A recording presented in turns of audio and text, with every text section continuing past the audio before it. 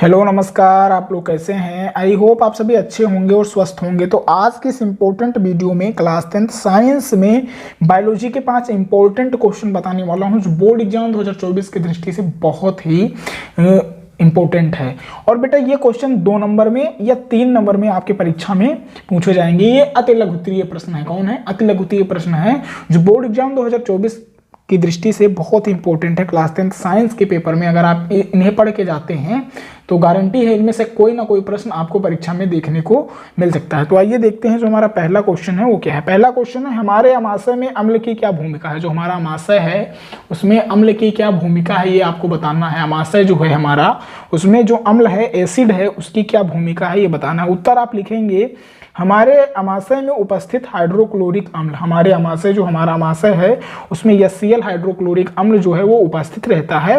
और यह क्या करता है? यह एक अम्लीय माध्यम तैयार करता है। और ये क्या करता है? जो हमारे अमाशय में अम्ल मौजूद है, हाइड्रोक्लोरिक अम्ल, ये क्या करता है? एक माध्यम तैयार करता है जो पेप्सिन एंजाइम की क्रिया में सहायक होता है। और क्या करता है? जो हाइड्रोक्लोरिक अम्ल है वो एक अम्लीय माध्यम तैयार करता है और वो माध्यम क्या करता है? जो पेप्सिन एंजाइम की क्रिया में सहायक होता है। और ये जो माध्यम है वो पेप्सिन की क्रिया में सहायक होता है। इस प्रकार जो हमारा अमाशय है उसमें अम्ल की भूमिका यही है। फिर दूसरा क्वेश्चन क्या है बेटा? दूसरा क्वेश्चन है इंसुलिन का क्या महत्व है या कहाँ बनता है, ये आपको बताना है। इंसुलिन जो है उसका क्या महत्व है और ये कहाँ बनता है ये आपको बताना है। तो इसका उत्तर आप देखेंगे, इंसुलिन ऊतकों विशेषकर पेशियों में कार्बोहाइड्रेट का उपयोग पर नियंत्रण करता है। इसका जो प्रमुख कार्य है ये क्या है? ये इंसुलिन ऊतकों विशेषकर पेशियों में कार्बोहाइड्रेट के उपयोग पर नियंत्रण करता है। क्या करता है? ये इंसुलिन जो है वो ऊतकों और विशेषकर पेशियों में कार्बोहाइड्रेट के जो उपयोग है उसका नियंत्रण करता है। और यह यकृत कोशिकाओं में ग्लाइकोजेनेसिस का प्रेरक है। यह क्या करता है बेटा? यह यकृत कोशिकाओं में ग्लाइकोजेनेसिस का प्रेरक है, वाहक है। ठीक है, यह क्या करता है?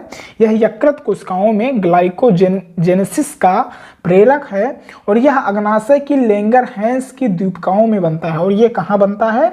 यह अग्नाशय की लैंगरहैंस की द्वीपिकाओं में बनता है। कहाँ बनता है? ये पूछा गया है प्रश्न में, यह कहाँ बनता है? तो यह अग्नाशय की लैंगरहैंस की द्वीपिकाओं में बनता है। आई होप आप दूसरा क्वेश्चन समझ गए होंगे। ये क्वेश्चन बहुत ही इंपॉर्टेंट है, इन्हें तैयार करें और अपनी तैयारी क्लास 10 साइंस की बेहतर करें। तीसरा क्वेश्चन है, ऑक्सिन तथा साइटोकाइनिन के मुख्य कार्य लिखिए। जो ऑक्सिन है और साइटोकाइनिन है उसका मुख्य कार्य क्या है ये आपको बताना है। तो इसका उत्तर आप देखेंगे, ऑक्सिन पौधों में प्ररोह की कोशिकाओं में दीर्घीकरण प्रेरित करते हैं। क्या करते हैं? जो ऑक्सिन है वो पौधों के प्ररोह की कोशिकाओं में दीर्घीकरण को क्या करते हैं बेटा? प्रेरित करते हैं। जबकि साइटोकाइनिन का जो प्रमुख कार्य है वो कोशिका विभाजन को प्रेरित करना है। साइटोकाइनिन का प्रमुख कार्य क्या है?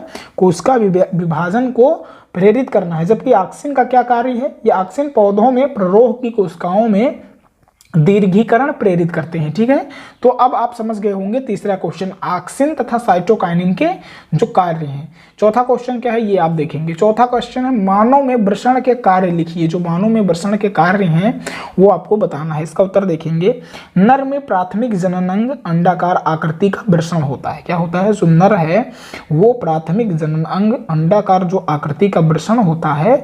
और वृषण में शुक्राणु तथा टेस्टोस्टेरोन हार्मोन की उत्पत्ति होती है। और जो वृषण है मनुष्य के शरीर का, तो उसमें क्या होता है बेटा? शुक्राणु तथा टेस्टोस्टेरोन हार्मोन की उत्पत्ति होती है। और वृषण कोश शुक्राणु बनाने के लिए उचित ताप प्रदान करता है। और जो वृषण कोश है वो क्या करता है? शुक्राणु को बनाने के लिए एक उचित ताप प्रदान करता है। ठीक है, तो आई होप समझ गए होंगे कि मानव में जो वृषण है उसका मुख्य कार्य क्या है। अगला क्वेश्चन 5 नंबर हम देखेंगे। 5 नंबर क्वेश्चन है, प्रभावी तथा अप्रभावी लक्षणों से आप क्या समझते हैं। क्या है क्वेश्चन? प्रभावी तथा अप्रभावी लक्षणों से आप क्या समझते हैं और इसका आंसर आपको लिखना है। तो आप उत्तर देंगे, एक लक्षण के 2 कारकों में जो अपना प्रभाव प्रदर्शित करता है। एक लक्षण है और उसमें 2 कारक हैं, उनमें से जो अपना प्रभाव प्रदर्शित करता है वह प्रभावी लक्षण कहलाएगा। दूसरा, जो होते हुए भी अपने आप को प्रदर्शित नहीं कर सकता या अपने प्रभाव को प्रदर्शित नहीं कर पाता, उसे अप्रभावी लक्षण कहते हैं। तो आप समझ गए होंगे कि एक लक्षण के दो कारक होते हैं, जो अपना प्रभाव प्रदर्शित करते हैं वो प्रभावी, और जो अपना प्रभाव प्रदर्शित नहीं कर पाते वो अप्रभावी लक्षण कहलाते हैं। तो आप प्रभावी तथा अप्रभावी में अंतर भी पूछा जा सकता है और परिभाषा भी पूछी जा सकती है, तो आप लिख देंगे, बहुत ही आसान तरीके से मैंने बताया हुआ है। तो ये 5 इंपॉर्टेंट क्वेश्चन थे जो अति लघु उत्तरीय प्रश्न थे, ये 2 नंबर में पूछे जा सकते हैं, तो आप इन्हें जरूर तैयार करें। अगर आपको ये वीडियो अच्छी लगी तो अपने दोस्तों के साथ भी शेयर करें, और अगर चैनल पर नए हैं तो चैनल को सब्सक्राइब कर लें, बेल आइकन को प्रेस कर दें तथा आने वाली हर वीडियो को देखें और अपनी तैयारी को बेहतर करें। तो फिर मिलते हैं अगले वीडियो में, तब तक के लिए धन्यवाद। जय हिंद।